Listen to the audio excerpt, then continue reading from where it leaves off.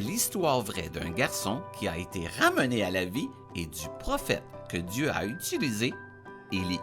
Après avoir dit au roi Akab que Dieu n'allait pas envoyer de pluie car les gens étaient devenus très désobéissants, Élie s'est caché près d'un ruisseau. Dieu a nourri Élie avec du pain et de la viande apportés par les corbeaux. Mais au bout d'un moment, le ruisseau s'est asséché.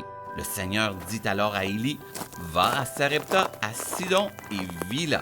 J'ai prévu qu'une veuve s'occupera de toi. » Alors Élie se rendit à Sarepta.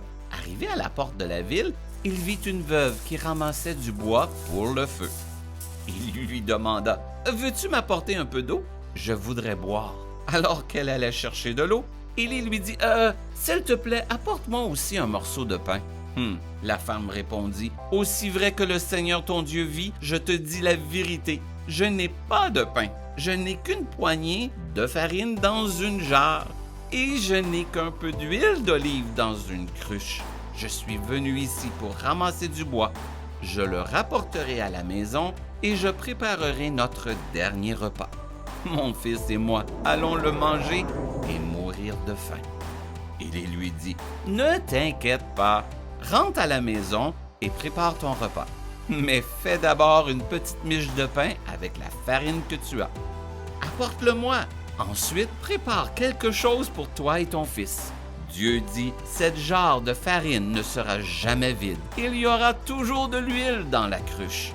Cela continuera jusqu'au jour où le Seigneur enverra la pluie sur la terre. » La femme est donc rentrée chez elle et a fait ce qu'Élie lui avait dit de faire.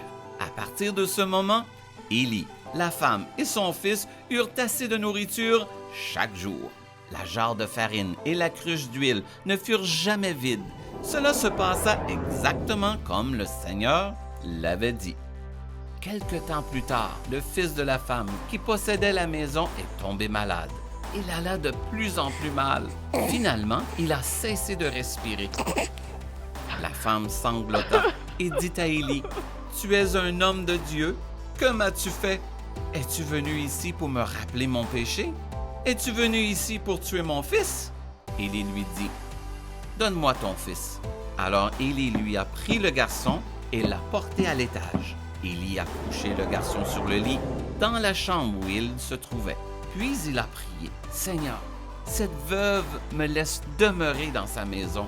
Pourquoi lui as-tu fait cette chose terrible? Pourquoi son fils est-il mort? » Ensuite, Élie a tenu le garçon dans ses bras et a prié 3 fois. « Seigneur mon Dieu, laisse ce garçon vivre à nouveau. » Le Seigneur a répondu à la prière d'Élie. Le garçon a recommencé à respirer. Il était vivant. Élie a porté le garçon en bas. Il a donné le garçon à sa mère. « Regarde, ton fils est vivant !» s'exclama Élie. La femme dit à Élie, « Maintenant, je sais que tu es vraiment un homme de Dieu. Je sais que le Seigneur parle vraiment à travers toi. » Tu peux lire l'histoire originelle dans ta Bible, dans le livre des rois. Bye bye!